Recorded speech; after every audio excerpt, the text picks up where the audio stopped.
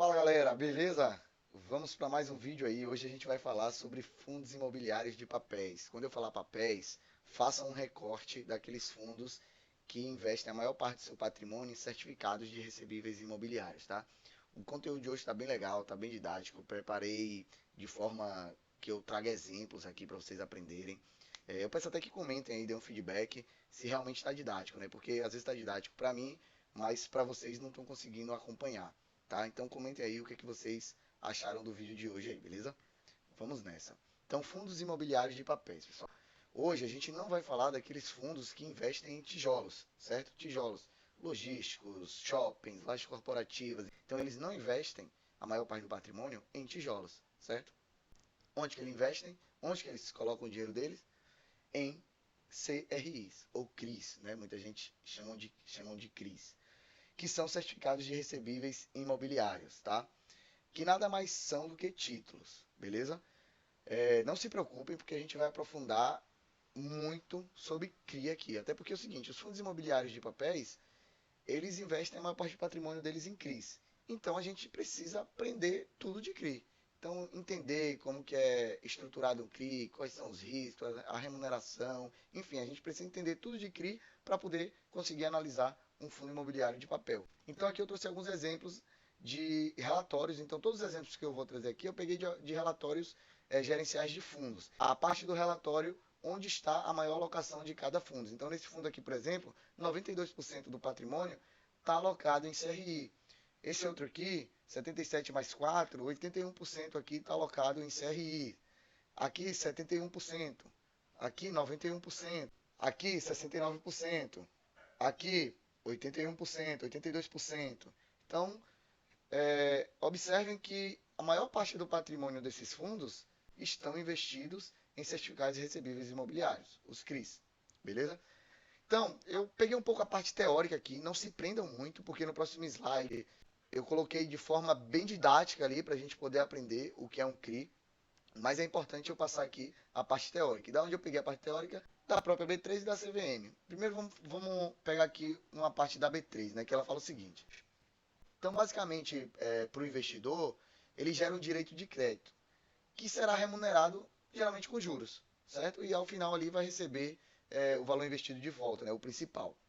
E do ponto de vista do emissor, o CRI nada mais é do que um instrumento de captação de recursos destinado a financiar as transações do mercado imobiliário e alastreados em créditos imobiliários, beleza? Aí ele dá aqui uns exemplos, né? Financiamentos residenciais, comerciais, construções, contratos de aluguéis, etc.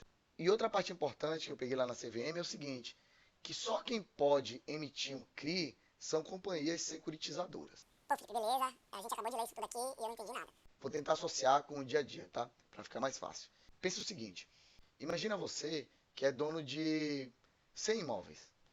E desses 100 imóveis você recebe R$ 1.500 ali por mês, certo? Então você recebe mensal ali R$ 150.000. E esses imóveis estão alugados ali por um prazo de 10 anos, certo? Então, claro, tem juros, correção, mas a gente vai fazer uma conta meio tapada aqui, tá? Então, você tem ao longo de 10 anos ali cerca de 15 milhões. Vai ser mais por causa dos juros e correção que você vai botar no contrato ali. Então, você tem lá seus 15 milhões para receber nos próximos 10 anos.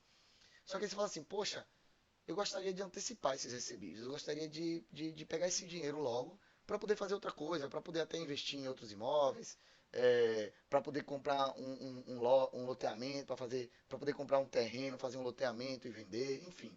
O destino desse dinheiro vai depender de você. Então você está querendo receber essa grana que você tem a longo prazo hoje, no valor presente. O que é que você vai? Você vai correr atrás da securitizadora.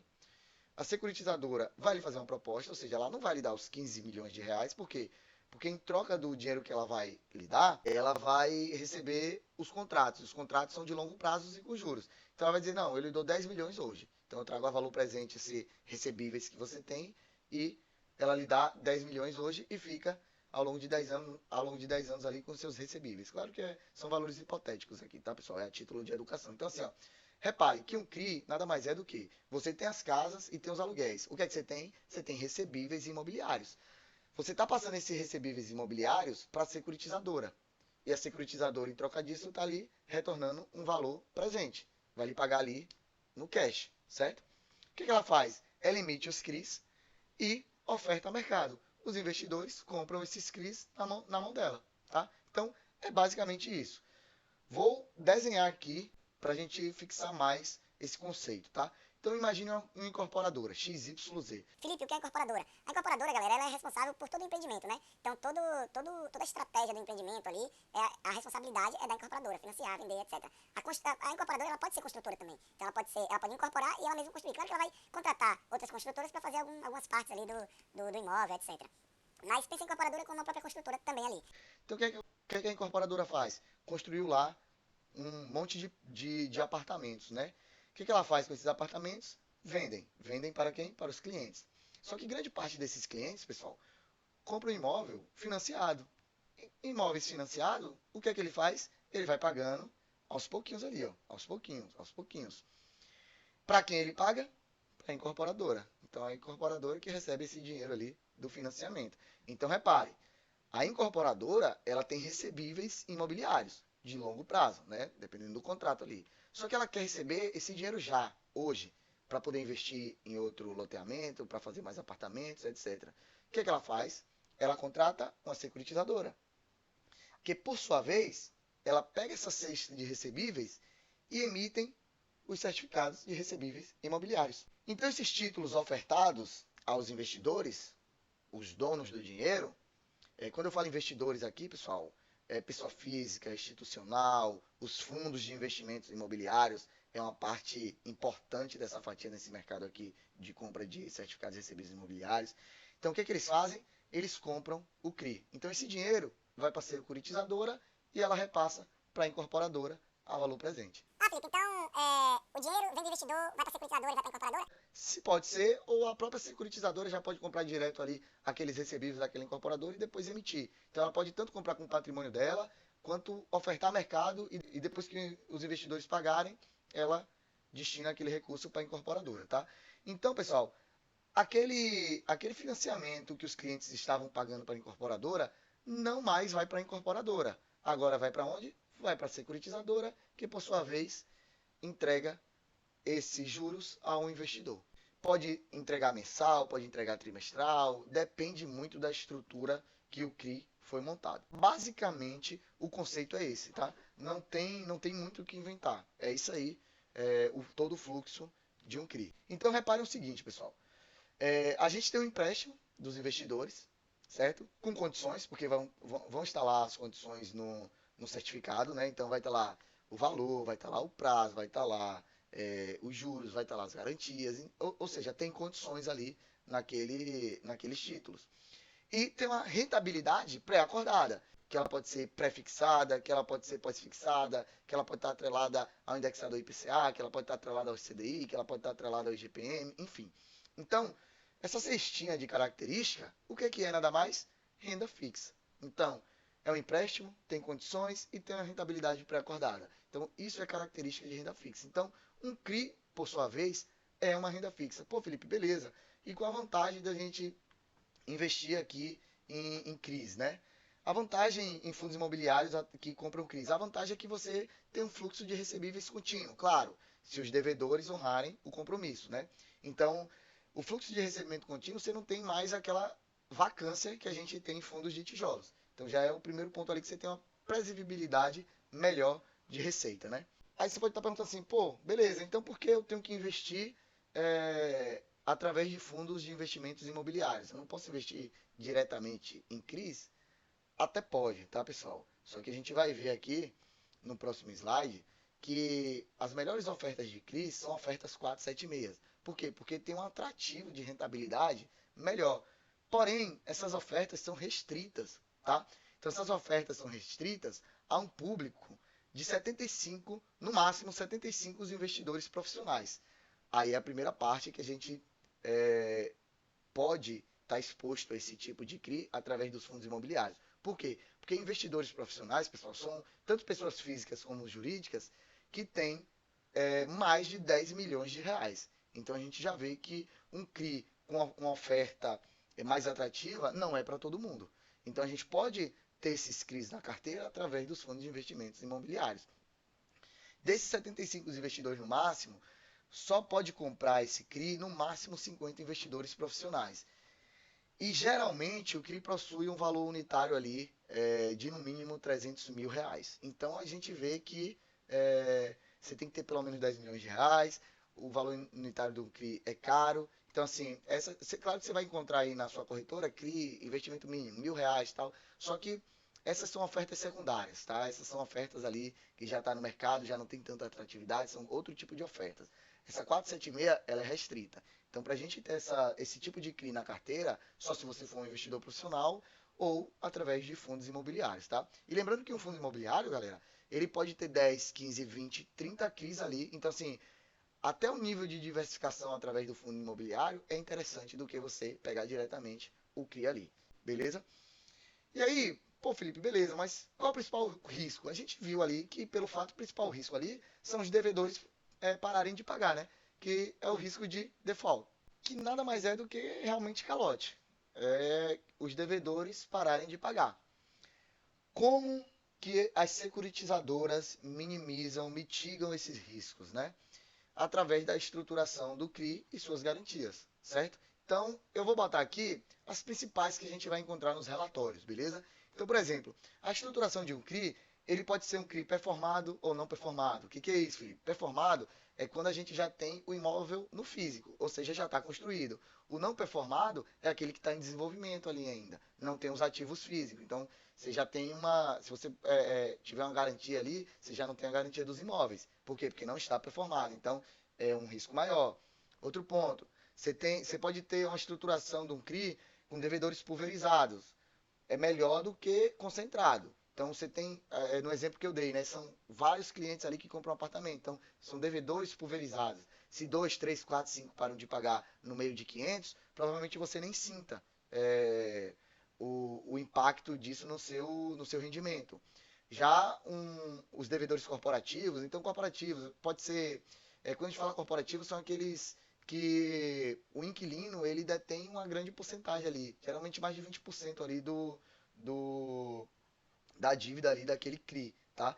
Pode ser shopping, pode ser logística, pode ser hotel, enfim, são vários tipos ali. Pode ter loteamentos aqui também. Então vai depender muito da estruturação desse CRI. Mitiga mais os riscos também. Outro ponto, o CRI ele pode ser sênior ou pode ser subordinado. O que é isso? Vamos pegar aquele exemplo lá. 50 investidores compraram aquele CRI. Só que naquele mês, 30% dos devedores não pagaram. Então deram calote ali naquele mês que era para pagar. Quem vai receber primeiro dos 50? Então aí o próprio CRI, a própria securitizadora, ela estrutura aquele CRI como uma parte sênior e uma parte subordinada. Então, aqueles que compraram os CRI sêniors vão ter prioridade nos recebíveis, certo? Então, aqueles que compraram subordinados ou júniors, né, como alguns relatórios colocam, vai ficar sem receber. Então, a prioridade de pagamento são dos sêniors. Pô, Felipe, então é melhor comprar CRI sênior. Tem fundos que têm uma carteira mais estruturada em CRI sênior, tem outros que têm uma carteira mais estruturada em subordinados. Pô, mas é melhor sênior do que subordinado? Não necessariamente, pessoal. O sênior é menos risco, porém também é menos retorno. O subordinado é mais risco, porém é mais retorno. Então, é sempre um jogo de risco-retorno, galera. E tem um intermediário ali, né? Que não é nem sênior, nem subordinado, que eles chamam de mezanino. E aí tem algumas garantias também, né? Pode ser alienação fiduciária, que nada mais é do que o seguinte: o emissor daquele CRI, ele coloca um imóvel lastreado ali. Se der calote naquele CRI, a securitizadora pode exercer esse dinheiro e pegar o imóvel para ela. Regime fiduciário, o que é isso? O patrimônio do CRI, ele não se mistura com o patrimônio da securitizadora nem do emissor. Então, assim, se a securitizadora cai fora, falir, outra pode pegar e fazer aquela gestão daquele CRI ali. Fundo de reserva, liquidez, né? Você imagina, se naquele mês alguns devedores não pagaram, se o CRI for estruturado que tenha um fundo de reserva, um fundo de liquidez ali de 2, 3 parcelas mensais, os investidores não serão prejudicados, certo? Então, assim, tem várias outras garantias também, galera. Tem garantia de aval dos sócios, tem garantia de fiador, tem garantia de outros fluxos de recebíveis. Então, assim, o cara tem 2 shoppings, o cara faz um CRI desse shopping aqui, mas também coloca os recebíveis daquele outro ali como garantia. Então, são diversas garantias de estruturação do CRI, tá, pessoal? Mas, basicamente, a gente vai encontrar isso aqui nos relatórios dos fundos imobiliários. Então, isso tudo minimiza o risco de calote, tá? Então, aqui alguns exemplos, né, pessoal? Então, o que é que esse relatório aqui gerencial desse fundo aqui colocou, né? Então, A concentração do patrimônio, então esse CRI aqui, ó, CRI número 5, representa só 0,5% do patrimônio. O devedor é a Croton, então aqui a gente já tira que é um CRI corporativo. Os juros, né, vai pagar o IGPM mais 8% ao ano, o LTV de 22%. LTV a gente vai ver nos próximos slides, tá? Se eu não me engano é no próximo. A gente vai ver isso aqui direitinho, eu vou explicar o que é. O rate do CRI e as garantias, né? Então aqui, ó, por exemplo, alienação fiduciária de 100% da faculdade. E um terreno de 98 mil metros quadrados e construído a 14.500. Outro exemplo aqui, ó. Esse aqui já é um CRI pulverizado. Representa 0,4% do patrimônio. Então, isso vocês irão encontrar no relatório gerencial. Então, os juros, IGPM mais 7,5%, LTV de 51%, rate. Qual a garantia aqui? Tem fundo de reserva, tem alienação fiduciária das unidades residenciais. Então, se o CRI parar de pagar, pode exercer essas garantias, tá? E aqui a alocação por setor, né, que eu comentei. Então, você vê aqui, ó, um relatório aqui de um CRI, a grande parte em lajes corporativas, depois shopping, depois galpões. Esse outro aqui, maior parte corporativa, outra parte residencial, outra parte loteamento, outra parte shopping. Esse aqui, parte de CRI corporativo, a maior parte, né, outra parte de CRI residencial. Esse outro aqui, né, então você tem uma parte de alimento, residencial, hotel, logística, saúde, varejo, educacional, lajes corporativa. Então, isso tudo a gente encontra, são exemplos aqui do dia a dia, dos fundos imobiliários de papéis, tá? E a gente vai achar algumas sopas de letrinhas também, tá? A primeira delas, o LTV, né? Ou Loan to Value, que nada mais é, pessoal, do que o seguinte. Vamos dar um exemplo. Vamos supor que eu estou lhe emprestando 50 mil reais. Só que aí eu falo, pô, beleza, mas o que é que eu tenho de garantia em troca? Não, aí você fala o seguinte, não, eu vou dar meu imóvel aqui de garantia para você. Então a gente faz uma alienação fiduciária desse imóvel aí. Então a gente vai pegar o dinheiro que eu dei, né? O que eu emprestei, dividido pelo valor patrimonial do imóvel. Multiplicar por 100 para achar em porcentagem. Então, se eu lhe emprestei 50 mil reais e o imóvel que você está me dando de garantia é 100 mil reais, se eu dividir 50 mil por 100 mil e multiplicar por 100, eu vou achar um LTV de 50%. O que é que a gente quer dizer aqui? Eu quero dizer que o dinheiro que eu emprestei é 50% da garantia que você me deu. Então, minha garantia é o dobro do dinheiro que eu lhe emprestei. Então, repare que você vai fazer todo o esforço para me pagar. Por quê? Porque você vai estar me pagando os 50 mil mais juros. E se você parar de pagar, eu vou exercer a garantia de um imóvel que equivale a 100 mil reais. Então, Felipe, significa dizer que quanto menor, melhor? De novo, não necessariamente. Quanto menor, menos o risco. Porém, quanto menor, menor será a rentabilidade também. Quanto maior o LTV, maior o risco, maior a rentabilidade também. Outro ponto, duration. O que é isso? Nada mais é do que prazo médio. O que é prazo médio, galera? Vamos pegar esses mesmos 50 mil. Lhe emprestei 50 mil reais. Você falou, não, em um ano eu te pago os 50 mil mais os juros. Então, eu vou esperar 12 meses para receber de volta o valor principal mais os juros.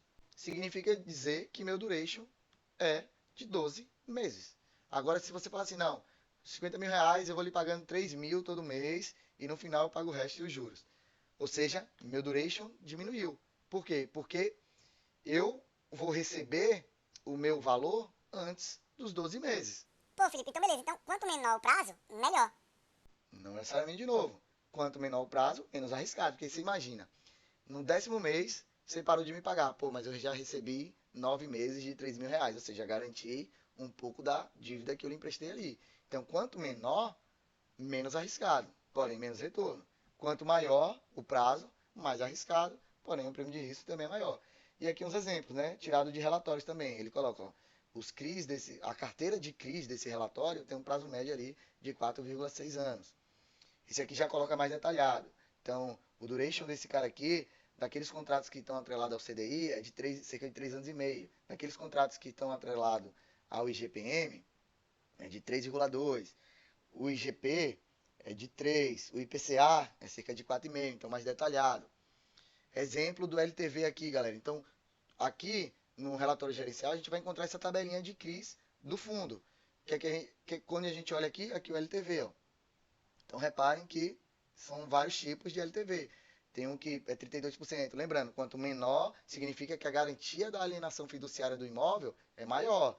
Então, quanto menor, menos o risco. E esse aqui, especificamente, esse fundo, ele já compila aqui. Então, o que ele está falando aqui? Ó? A maior parte dos meus CRIs são abaixo de 60%, né? Então, 60% de LTV, que é 38 entre 40 e 60 e 19 ali entre 20 e 40. Então, praticamente 60% ali abaixo dos 60% do LTV, tá? Beleza, e qual é a remuneração do investidor? Lembrando, é o investidor do fundo imobiliário? Não, é o investidor do CRI. Por que não é investidor do fundo imobiliário? Porque o investidor do fundo imobiliário, você ainda tem coisas ali que vão minimizar o retorno.